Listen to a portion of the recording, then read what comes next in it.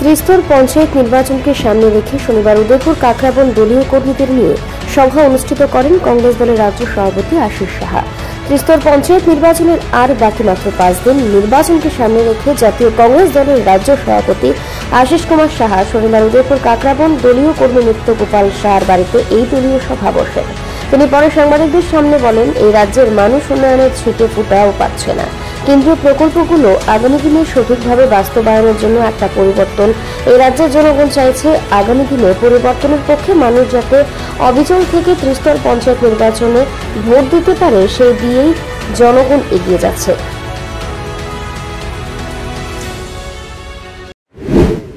মানুষ উন্নয়নের ছিটে ফোঁটাও পাচ্ছে না। এই কেন্দ্রীয় প্রকল্প আগামী দিন সঠিকভাবে বাস্তবায়নের জন্য একটা পরিবর্তন এটা প্রয়োজন।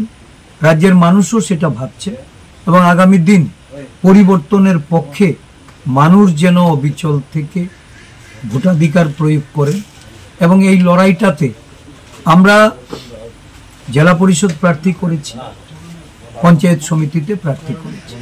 জেলা পরিষদ জয়ী হলে একটা বড় আকারে আমাদের কাজের পরিধি থাকবে এবং সেখানে জনগণের জন্য কাজ করার সুযোগ থাকবে, বিরোধী হলেও কথা বলার সুযোগ থাকবে। আমরা আবেদন করব, সারা ভারতবর্ষে আজকে পরিবর্তনের ঢেউ। আমরা বিশ্বাস করি যে এইবারের মানুষ গণতন্ত্রের পক্ষে, সংবিধান বাঁচানোর জন্য এবং বিভেদকামী শক্তিকে পরাজিত করার জন্য সারা দেশে ভোট প্রদান করছে। আমাদের রাজ্যেও এই লক্ষ্যে আমাদেরকে এগিয়ে যেতে হবে। জনগণের কাছে আমরা প্রার্থনা করছি, কংগ্রেস প্রার্থীদের জয়ী করুন, কংগ্রেসকে শক্তিশালী করুন।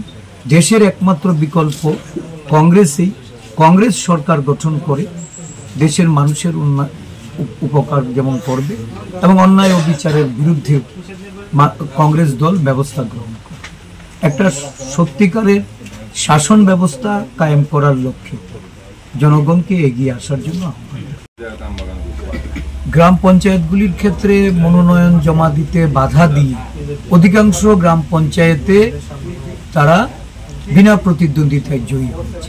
এখন যেখানে প্রতিদ্বন্দ্বিতা হচ্ছে এরা বুঝে গেছে যে প্রতিদ্বন্দ্বিতায় সেখানে শাসক দল পরাজয় এটা নিশ্চিত।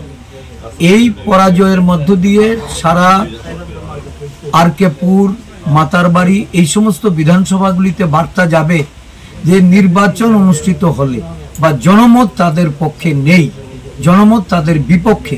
এটাকে রুখার জন্য এখন আদা জল খেয়ে মন্ত্রী বলুন, শাসক দলের নেতা বলুন, সবাই মাঠে নেমেছি।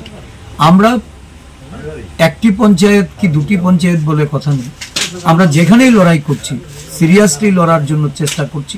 প্রচার প্রসার সমস্ত কিছু আমরা সেখানে আমাদের দলের পক্ষ থেকে আমরা সেখানে সহযোগিতা করছি এবং লড়াই হবে একদম নিষ্ঠার সঙ্গে।